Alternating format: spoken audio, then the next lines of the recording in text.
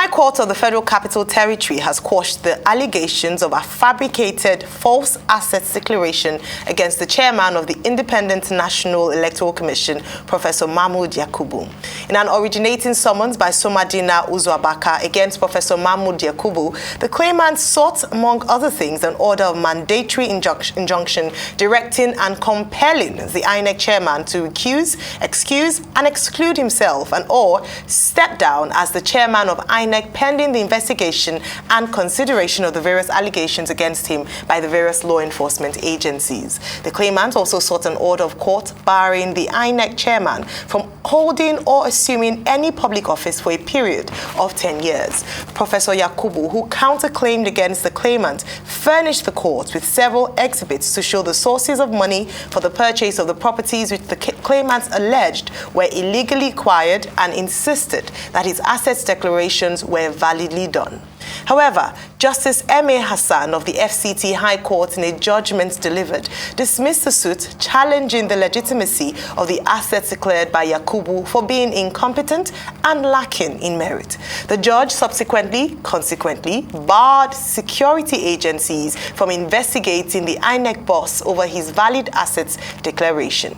This recent suit against the INEC boss is reminiscent of the suit filed against the Central Bank Governor, Godwin Emefiele, after the introduction of the cash limit policy.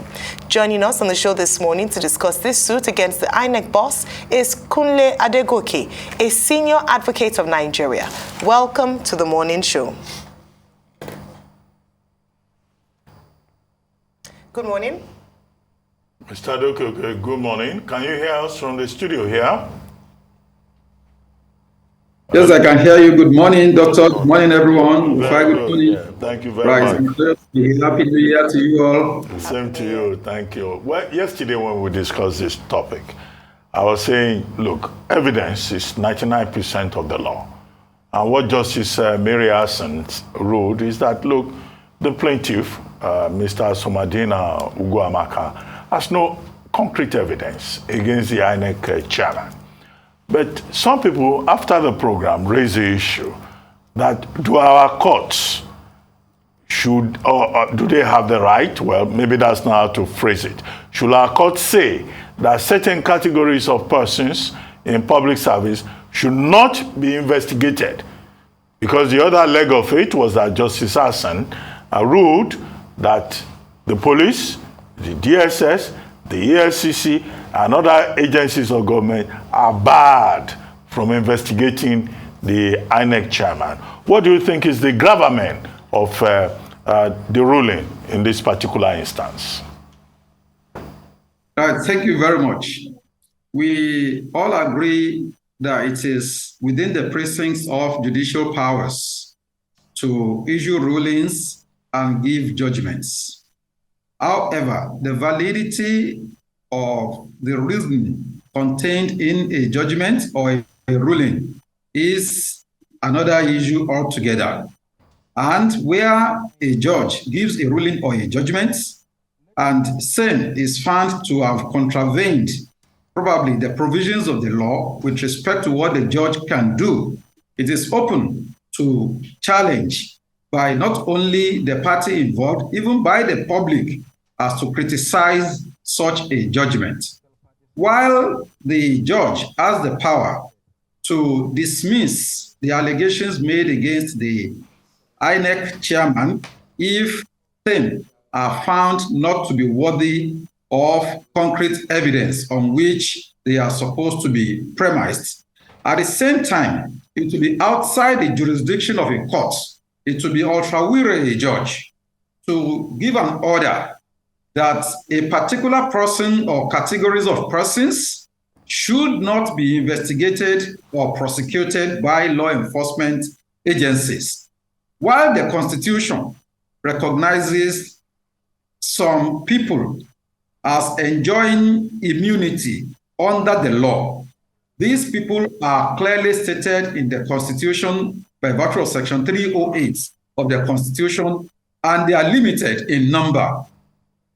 We are talking here about the president, the vice president, the governor of a state, and deputy governor of a state.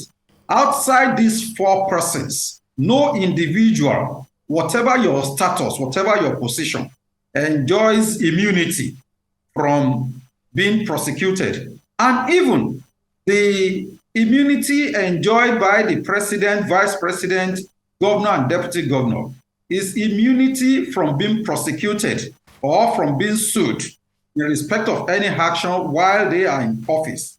It is not immunity from being prosecuted.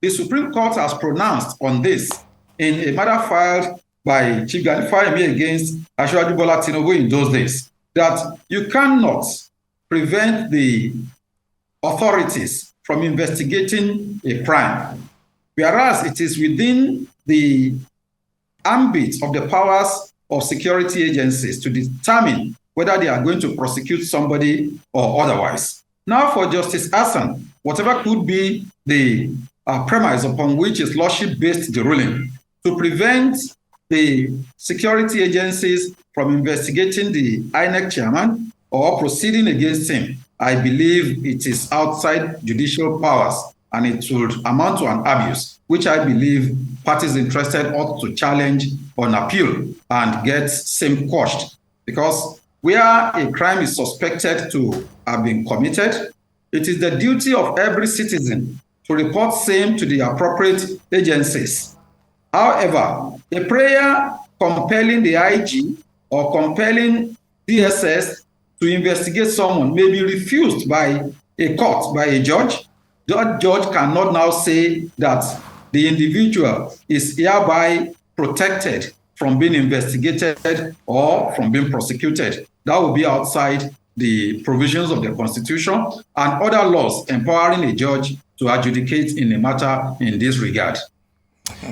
All right, Mr. Adegoke, what would you say about some speculations or perhaps postulations that these prayers before the courts might be politically motivated?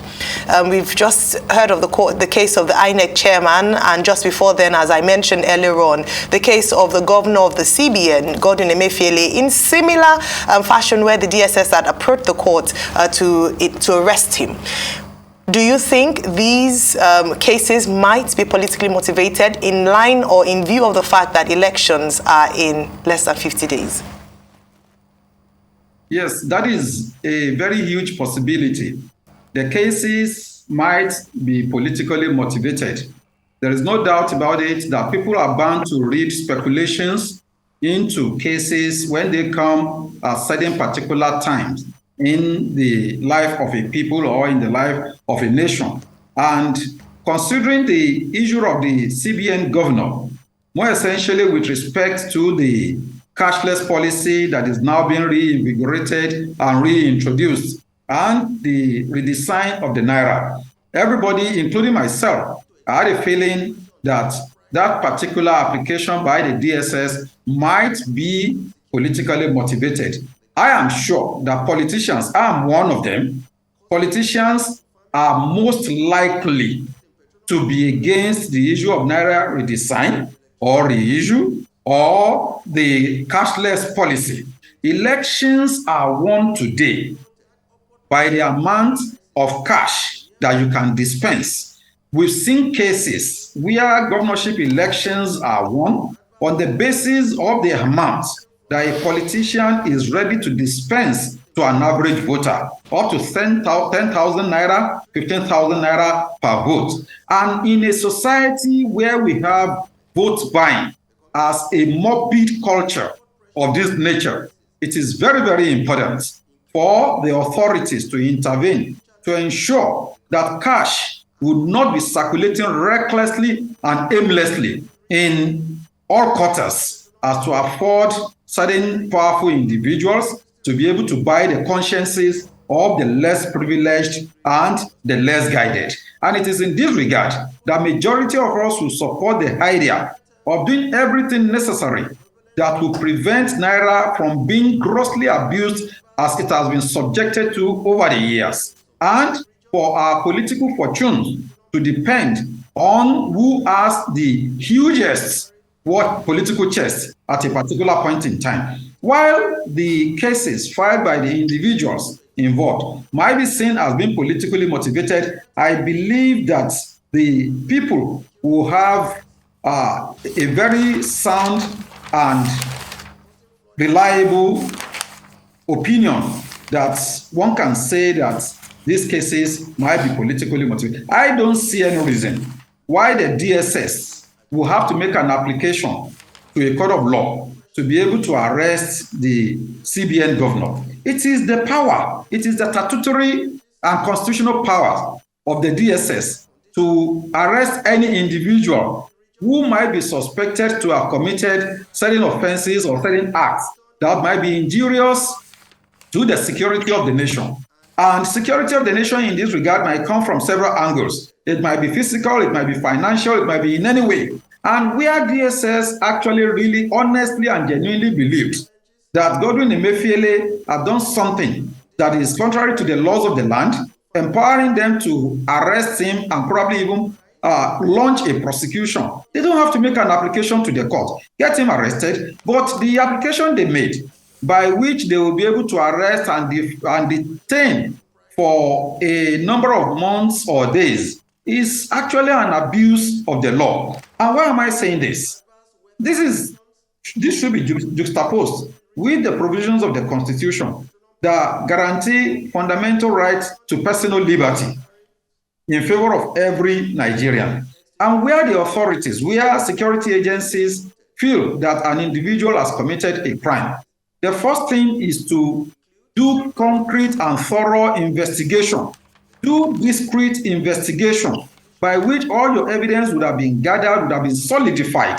When your evidence has crystallized and you now move against the individual, there will be no basis to even delay his being arraigned in court within a period of 24 or maximum of 48 hours. Where security agencies have their evidence already gathered and they now move, just like the American security agencies will do. They have been following Hush Puppy for so many years. They were following a particular client of mine for about 20 years into different jurisdictions all over the world before they came to nab him finally in Nigeria. And when they got him in Nigeria, evidence before the court showed that the man must be repatriated. Immediately, the federal court, High Court, saw the evidence. It granted the application, and he was repatriated. And immediately he got there to the United States, he was prosecuted, and he pleaded guilty.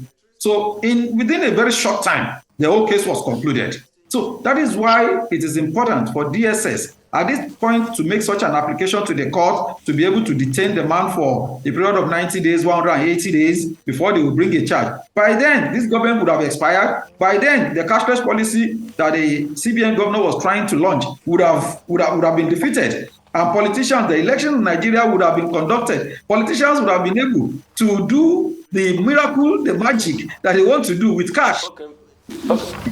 Okay, great to see you, sir, and Happy New Year to you, sir. So is it that we're throwing the baby away with the bathwater? I know the arguments are on ground, that yes, you should not say that you cannot, investigate people and all of that. But the court giving a definitive stance, is it not because of the situation we are in today, which we have a legal system we don't talk about, that people can go nocturnally to go get injunctions here and there at the back and cause problems for all of us? And there are no checks and balances by the NJC in the first place. I mean, isn't it laughable that a DSS, which you're supposed to see that has the best information and the best data in the country, took something to court that could not even stand the test? And afterwards, with constant attacks prior to this time, that there were exposure as regards the INEC chairman, then somebody finally still went to court, and the legal system are aware of this.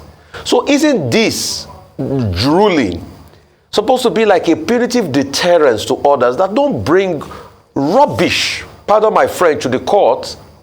And if possible, the judges should start giving hefty sanctions on these politicians that are running amok in the country. It's because we don't have checks and balances. What do you say to that, sir? Yes, thank you very much. When you look at the situation we have found ourselves, is such that every day Tom and Harry rushes to the court to file applications to obtain injunctions, to obtain orders against individuals, against institutions. And because our rules, we have rules in place that actually allow courts to award FT fines, FT costs against frivolous applications. And such applications are not such costs, such deterrent costs are not meant to be awarded against the litigant in particular alone, even against the lawyer that had the guts to file such an application. Under the Lagos High Court rules, and generally we refer to such costs as wasted costs. And you see instances when the Supreme Court has even done that. For instance, an application was brought by a number of senior advocates some years back, where they made prayers asking the Supreme Court to reverse itself in respect of a particular decision.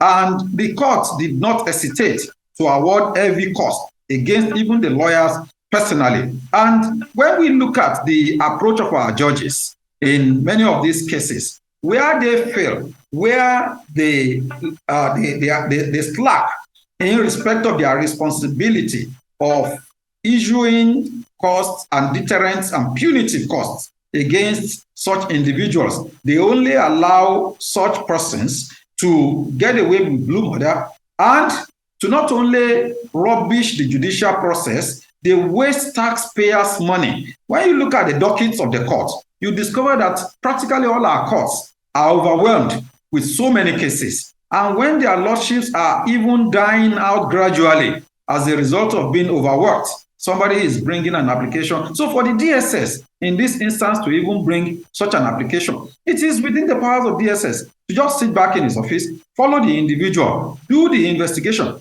conclude it. After concluding it with all the provisions of the law at their disposal, with all the provisions of the gadgets that they have access to, information, technology, and everything, they can nail easily the CBN governor where he is suspected to have committed certain crimes without necessarily having to apply to a court to obtain an order. Such an order, Mr. Adegoke, I agree with you. Sir. I agree with you. Yesterday I argued on this program that the missing link in Justice Miriam Hassan's ruling is that she did not award costs against Somadina Uzoamaka for bringing frivolous and vexatious petition before the court of law, and also the lawyers in that case.